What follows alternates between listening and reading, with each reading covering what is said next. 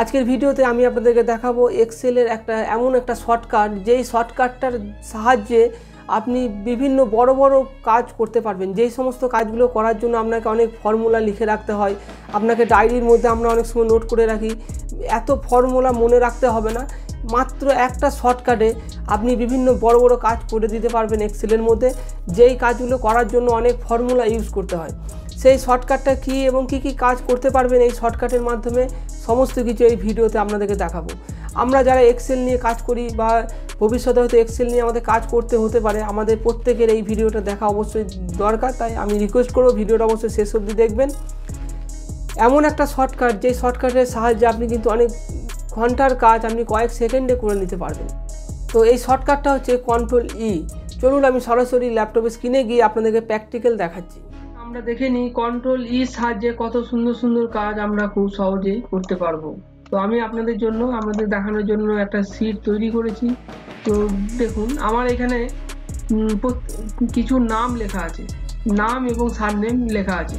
তো আপনাকে যদি বলা হয় যে এখান থেকে নাম এবং সারনেমটাকে আলাদা করার জন্য, তো নাম এবং সারনেমটাকে যদি আলাদা করার জন্য বলা হয়, এর বিভিন্ন ফর্মুলা আছে, বিভিন্ন উপায়ে কিন্তু করা যায়।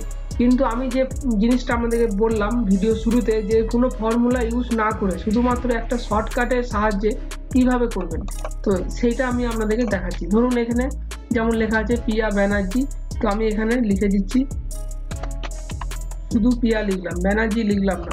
তার নিচে আছে অমৃতা দাস, অদিতি প্যাটেল, এরকম ধরুন আমার এখানে 15টা নাম আছে।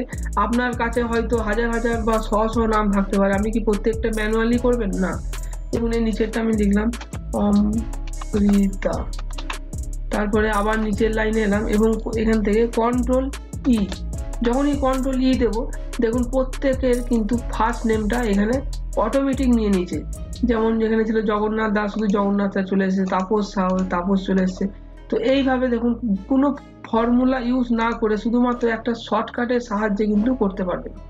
আবার যদি এটা আপনি করতে চান, শুধু টাইটেলটা আনতে চান, তো আমি পাশের ঘরে এখানে লিখছি ব্যানার্জি, ব্যানার্জি লিখলাম। তার নিচেরটা আছে দাস, তো একটা কি দুটো লিখে দিলাম। তার নিচের ঘরে এসে এখান থেকে কন্ট্রোল ই টিপে দেবো। দেখুন প্রত্যেকের সারনেম কিন্তু এখান থেকে নিয়ে নিচ্ছে। ঠিক এইভাবে আপনি যদি চান যে এর সঙ্গে আপনি পিয়া ব্যানার্জির সঙ্গে কিছু যুক্ত করতে আরো, তো এখান থেকে আপনি লিখতে পারেন এইভাবে লিখে, দেখুন আমি এখান থেকে কন্ট্রোল ই টিপে দিচ্ছি। এবং প্রত্যেকের কিন্তু ওই একই সেন্টেন্স, প্রত্যেকের নামগুলো কিন্তু এখান থেকে নিয়ে নিচ্ছি।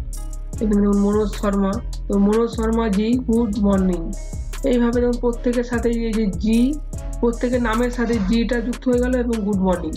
আপনি গুড মর্নিং এর জায়গায় অন্য কিছু লিখতে পারেন, সেটাও কিন্তু এখানে হয়ে যাবে।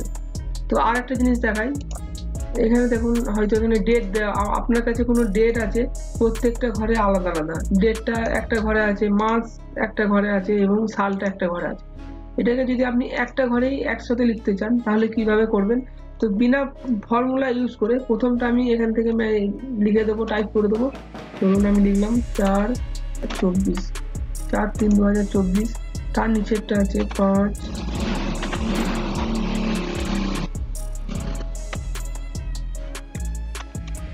তার নিচেরটা আছে 5/3/2025। এইভাবে প্রত্যেকটা আছে। আমরা কি ম্যানুয়ালি সব লিখবো? মনে করুন অনেক অসংখ্য ডাটা আছে, তখন কি করবেন? তখন এই একটা কি দুটো লিখলাম, তার নিচের ঘরে এসে এখান থেকে কন্ট্রোল ই পেস্ট করব।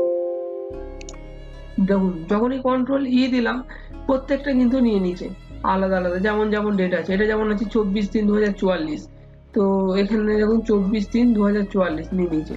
23/3/2043, 23/3/2043। এরপরে আর একটা জিনিস করতে পারবেন, যেমন দেখুন এখানে মোবাইল নম্বর লেখা আছে।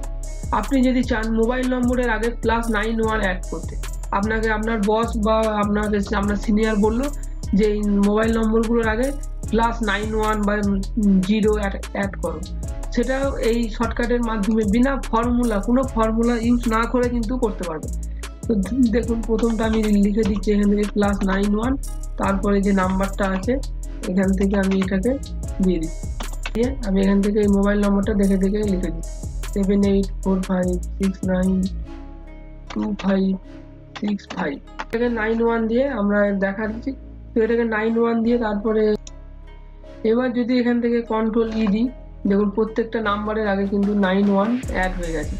ঠিক এইভাবে যদি আপনি 0 অ্যাড করতে চান সেটাও করতে পারবেন, অথবা আপনাকে বলা হলো যে এই মোবাইল নম্বরগুলোর লাস্ট যে 4টে নাম্বার আছে সেটাকে 4টে বা 5টা নাম্বারকে আপনাকে মার্কস করে দিতে, তখন কি করবেন দেখুন। এখান থেকে আমি নাম্বারটা টাইপ করছি, প্রথম 4টে কি 5টা আমি টাইপ করছি, প্রথম 5টা নম্বর টাইপ করছি দেখুন, তারপরে আমি 5টা এখান থেকে এক্স দিয়ে দিলাম। এবার এখান থেকে নিচে এসে আমি এখান থেকে কন্ট্রোল ই, দেখুন আমাদের প্রত্যেকটা মোবাইল নম্বরের লাস্টের 5টা কিন্তু মার্কস হয়ে গেল, মানে হাইট হয়ে গেল, কেউ দেখতে পাবে না। এটা অনেক সময় আমাদের করার প্রয়োজন পড়ে, তো এটাও আপনি কিন্তু এই শর্টকাটের সাহায্যে কোনো ফর্মুলা ইউজ না করে এটাকে খুব সহজে করতে পারবেন। ঠিক এইভাবে আপনি আপনার কাছে কোনো আধার কার্ডের নাম্বার আছে, তো সেই আধার কার্ডগুলোর নাম্বার হয়তো আপনাকে বলা হলো যে প্রথম 4টে বা শেষের 4টে নাম্বার আপনাকে মানে ওই মার্কস করতে, তখন আপনি কিভাবে করবেন, ঠিক এইভাবে দেখুন সেম মোবাইল নম্বরটা যেভাবে করলাম, আপনি আধার কার্ডের প্রথম নাম্বারগুলোকে এখানে লিখে দিচ্ছি।